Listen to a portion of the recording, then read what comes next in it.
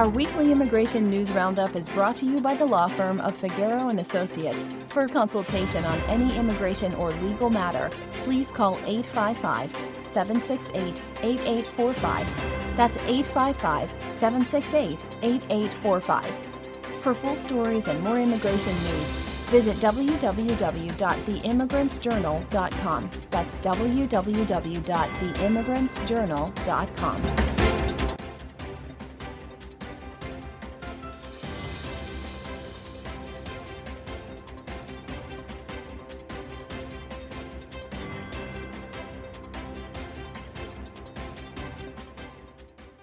A very warm welcome to everyone. We are joined by a very special guest, Kevin Kenny, who is a Glassman Professor of History, Director of Glassman Iron House at New York University, and President of the Immigration and Ethnic History Society.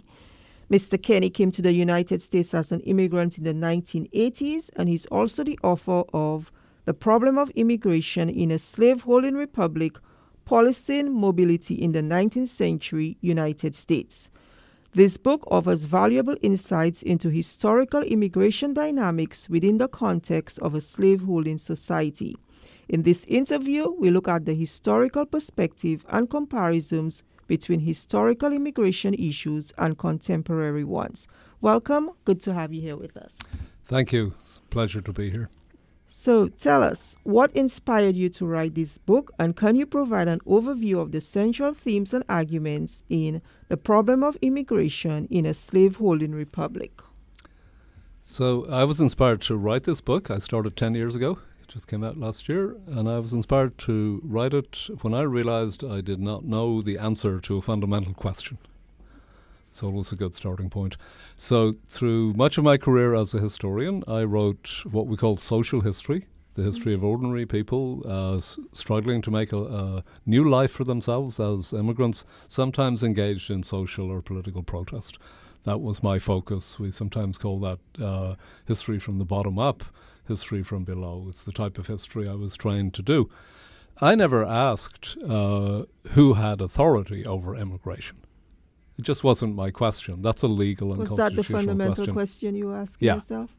So the fundamental question was, who has authority over immigration and human mobility in the United States? Because if you think about it, that's a pretty extraordinary claim for one person to be able to make, to control the movement of another person, right? It is. So in a country like the United States, which is known as a nation of immigrants, it was also a nation of enslaved people, a nation of westward imperial expansion, but it was a nation of immigrants in the sense that more people came here to this country than from any place else, and from a greater variety than ever in the history of the world. There are 50 million foreign-born people in the United States today. So in a country of that kind, which also happens to have a famous written constitution, which provides the rules for how the society is meant to run, you would think the answer would be easy. You go to the constitution and that'll answer the question, who has authority over immigration? Biggest surprise to me was that the constitution is silent on immigration. It does not say anything about who has the power to control the admission, the exclusion, or the removal of foreign-born people. It does have one provision that is very relevant to immigration, and that is it provides Congress with the power to craft a naturalization policy. Now, that pertains to people after they get here. So if you're foreign-born, like me, you come to the country, you can become a citizen. There are rules for that. They were laid down almost straight away, starting in 1790, remarkably liberal by the standards of the time. Anybody who came here, there's going to be a caveat, right? But anybody who came here, who lived for 2 years, then it was increased to 5, which it is today, and showed proof of good character and took an oath, could become a citizen of the United States. They could cast off their old allegiance, something that was impossible, for example, under British law. British law, once a subject, always a subject. In America, you can become a new person. But what's the catch? You have to be a free white person. It's written into the law. Not until 1870 were people of African origin or descent permitted to naturalize as citizens. And even really shockingly, when you first encounter it, Asian immigrants did not receive the right to naturalize as U.S. citizens until the 1940s and 1950s. Okay, so that's all the Constitution says about immigration per se. I said, well, wow, that's a mystery. And then I began to realize that Congress and the national government were doing nothing in this domain. The president made some treaties with China, with Britain, but when it comes to what we conventionally understand as immigration, people arriving into the country from the outside, Congress did nothing on that until the 1860s and 1870s, almost a full century into the history of the Republic. And that's not a coincidence, because that's the period of Civil War and Reconstruction. It's only during the period of Civil War and Reconstruction that a newly empowered federal state takes on this big topic of regulating immigration. Before that, for almost 100 years, immigration into the country by foreigners and the movement of free black people within the states and between the states was controlled locally. It was controlled under what's called the police power of the states. So now it began to, the dots began to connect. And I began to realize that at the heart of immigration history is the institution of slavery. Because my argument in the book is that if you look at the transition from local to state to federal control over immigration, which emerged in the 19th century, that the single most important factor is the existence, abolition, and legacies of slavery. So my book tells that story the whole way through. Slavery is the key question. So I think you answered part of this question, but I'm still going to ask it. What are some of the key immigration policies and practices discussed in the book, and how did they intersect with the institution of slavery? Yes, and that follows really from the introductory comments I gave there. Mm-hmm. So for about 100 years, the states made their own policies on migration and on citizenship, because there's national citizenship and there's local citizenship, right? So the states controlled their own communities, their own civil and political membership, and their own borders, right? So if you were to look for immigration policy before the Civil War, what you'd find is that each state had its own policy regulating mobility. And insofar as those policies affected foreigners, that's the immigration policy of the United States, with an emphasis on states in the plural, right? There is no national policy at this time, nor could there have been one, is my argument, because let's take a state like Massachusetts or New York. Mm-hmm. Well, they have laws on the books that are taxing foreign passengers who are suspected of either being paupers, poor, vulnerable, indigent people, mentally, physically disabled. They're either already in that state or they're likely to become a public charge. You know that phrase, LPC, likely to become a public charge? Mm-hmm. That goes way back in history before it's federalized. So New York and Massachusetts, to take two examples, have these laws whereby a tax is placed on the passengers, or the ship captain has to post a bond. He might be said, look, you've got vulnerable passengers there. You're going to post a bond for $300. If one of those passengers becomes a public charge, then you're going to have to pay that bond, right? So there's a set of policies.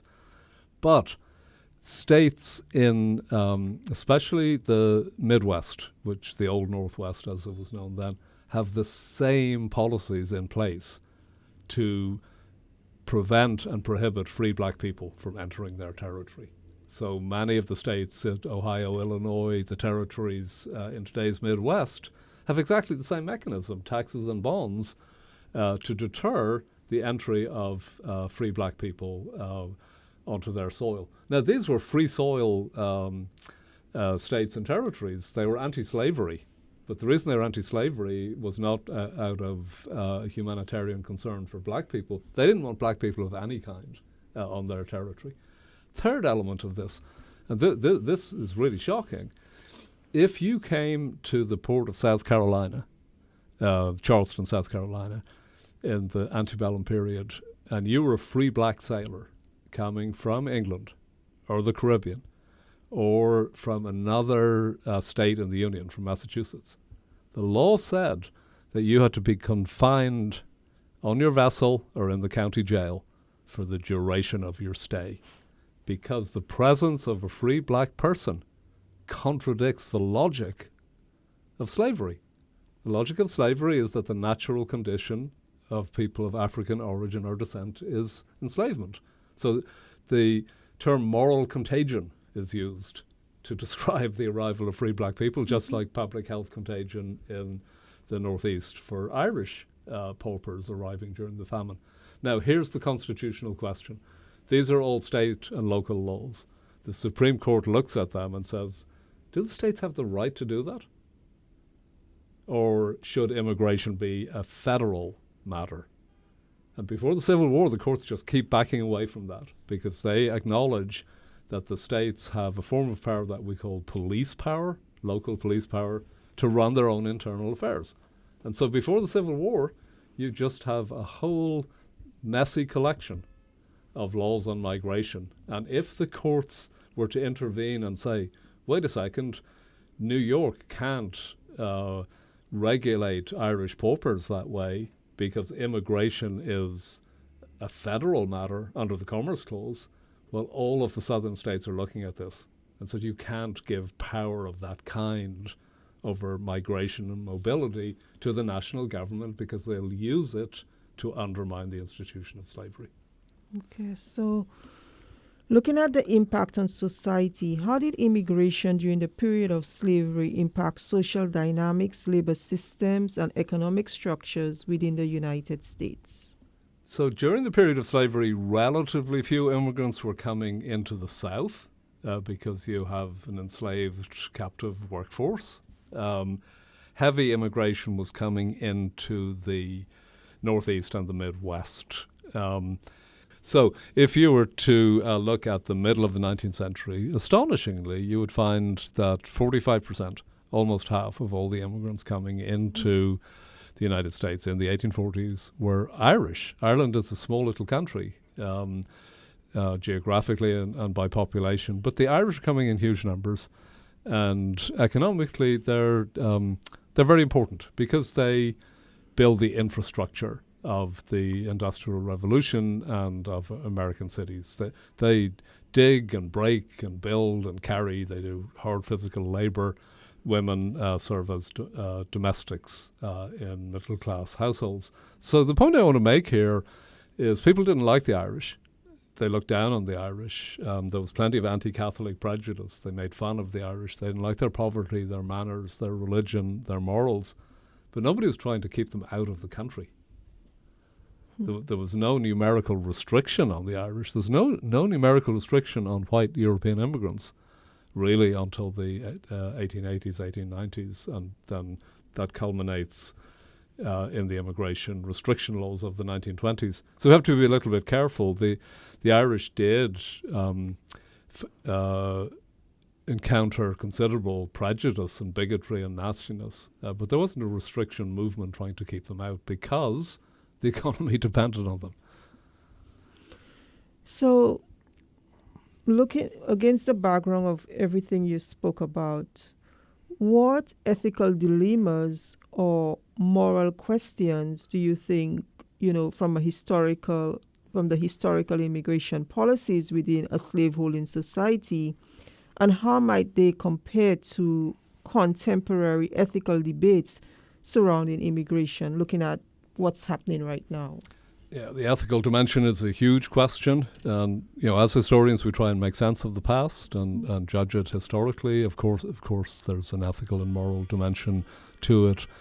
In the 19th century, when states controlled their own local citizenship policies, their own community membership, and they controlled their borders, movement within their borders and across their borders, I would say that community control was really, really pervasive.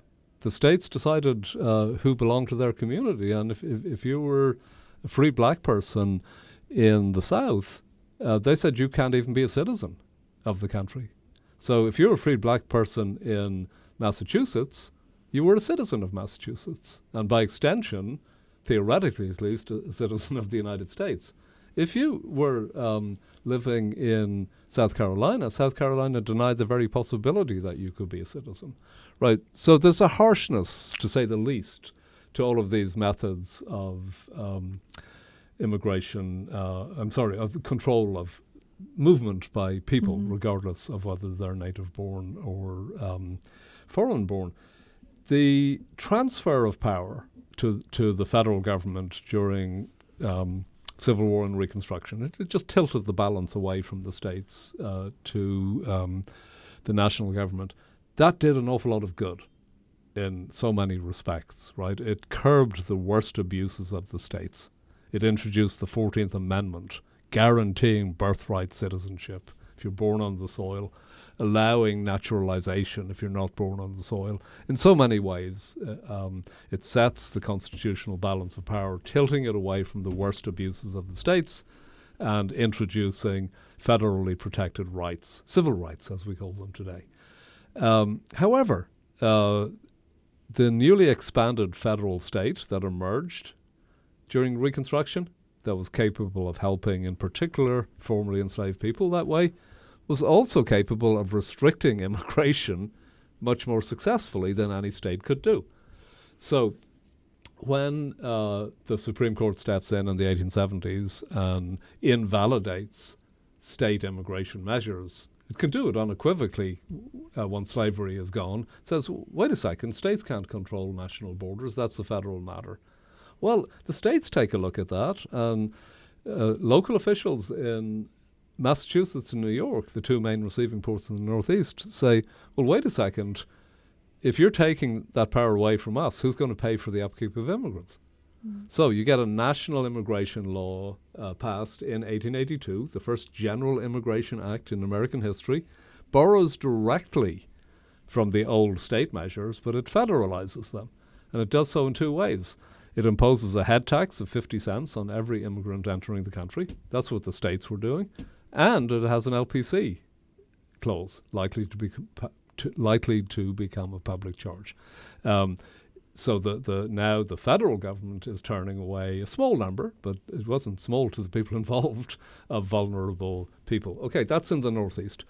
In the West, anti-Chinese restrictionists take a look at this transfer over to federal power, and they say, okay, well, look, our state measures in California to exclude Chinese people, they're just going to be overturned by the courts. Why don't you do it?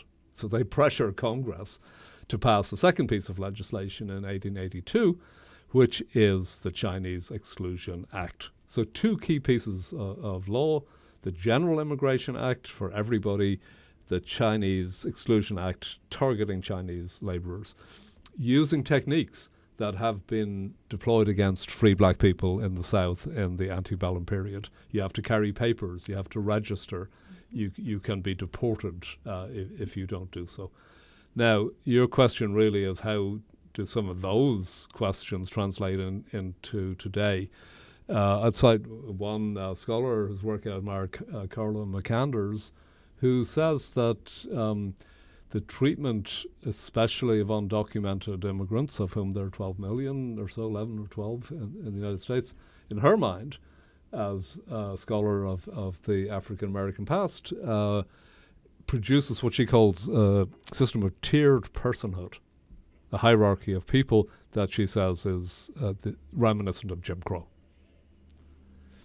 Okay, I was thinking some of the same things are still happening today. Yeah. So, what insights, perspectives, or biases can readers glean from your analysis of immigration within a slaveholding society?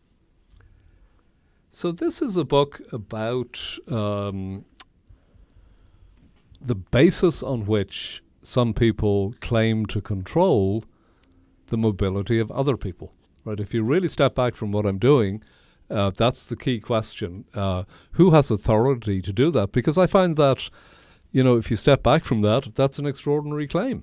What gives certain people the right to control the movement of other people?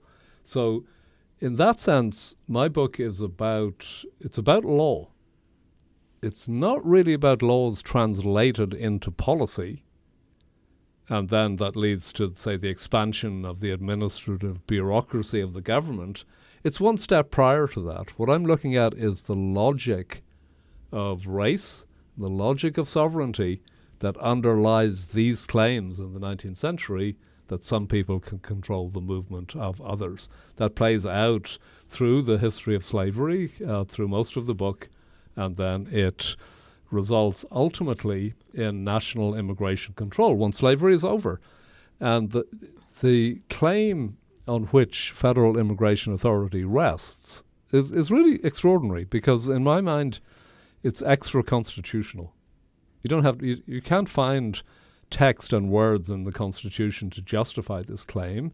What happens in a famous court case in 1889 known as the Chinese exclusion case is the court takes a look at this and says, well, wait a second, the power to control national borders is inherent in national sovereignty. That's what nations do. You can't be an independent nation unless you control your own borders. So that is what I say is an extra constitutional claim.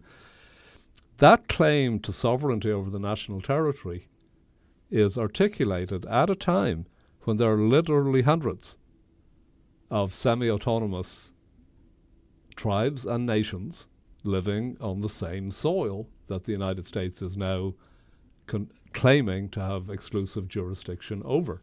There are literally hundreds of Native American tribes and nations whose existence rests on their own sovereign claims. And so you see that this intersects with the other huge question in the 19th century, which is federal power over indigenous people. So, based on the insights provided by your analysis, what policy recommendations or approaches could be drawn to address current immigration challenges, taking into account historical precedents? So my book is about what we call immigration federalism. In a federal republic, power is divided between the center and the localities, and there's always a debate over who controls what and on what basis. When it comes to immigration, I think the picture is clear, though it's right now, but the Supreme Court is looking at this. Mm-hmm. But the picture is clear. Since the late 19th century, the federal government has controlled national borders. That claim has some tainted origins. I just gave them to you in Chinese exclusion, right? Yes. But the claim is that an independent nation, as an attribute of its existence, must control its borders. And that claim has gone unchallenged until very recently. There is another sense of immigration. Once immigrants have entered the country, that's up to the national government, but once they've entered the country, then it's up to local jurisdictions, subnational jurisdictions like cities and states, to decide how they will treat immigrants. This is what we call immigration federalism. What I see happening is a bifurcation, right? A movement in two directions. Depends on where you live in the country. In certain parts of the country, Chicago, parts of California, New York City, there have been, until recently, measures to assist, integrate immigrants, provide sanctuary. In other parts of the country, it runs in the opposite direction. You've got things like California Proposition 187 in 1994, which tried to deny public benefits to undocumented immigrants and their children, right? That's really the start of it in my mind. 30 years ago, the Supreme Court took a look at that and said, well, you can't do that. Immigration is a federal matter. You can't be making law that way. And legal persons have rights under the 14th Amendment. You don't have to be a citizen to have access to fundamental rights of due process and equal protection. So that was tossed out by the courts. People knew it would be. It was a provocation to the federal government. You see something very similar happening in Arizona in 2010 with the SB 1070 law. Mm-hmm. Again, the courts take a look at this, all the racial profiling, the attempt to deter immigration. They uphold some of it. They say, no, you can't do that. You're overreaching as a state. You're intruding on federal power.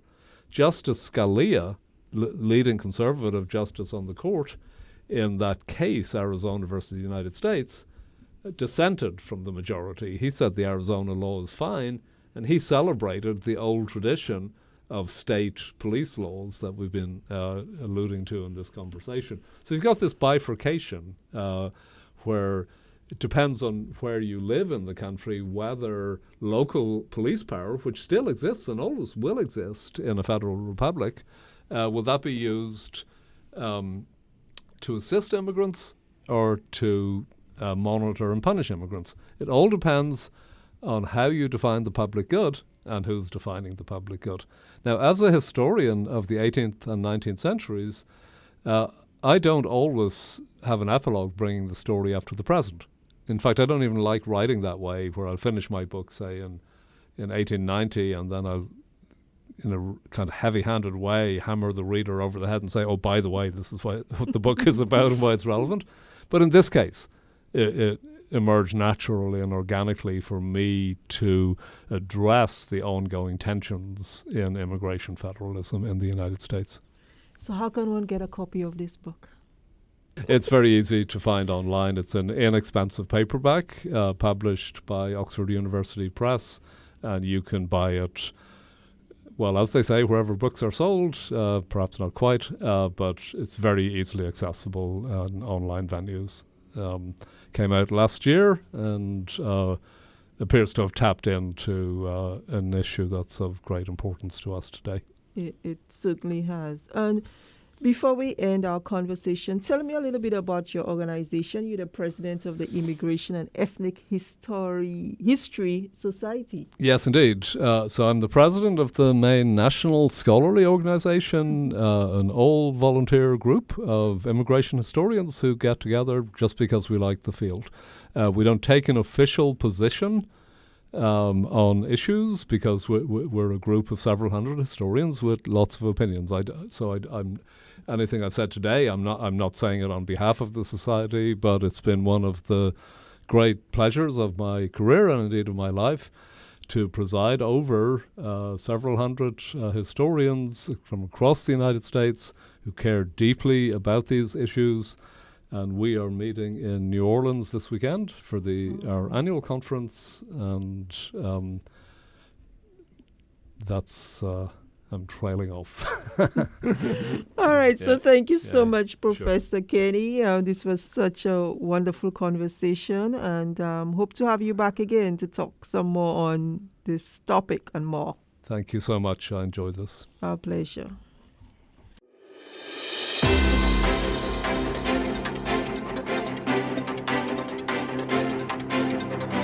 Our weekly immigration news roundup is brought to you by the law firm of Figueroa & Associates. For consultation on any immigration or legal matter, please call 855-768-8845. That's 855-768-8845. For full stories and more immigration news, visit www.theimmigrantsjournal.com. That's www.theimmigrantsjournal.com.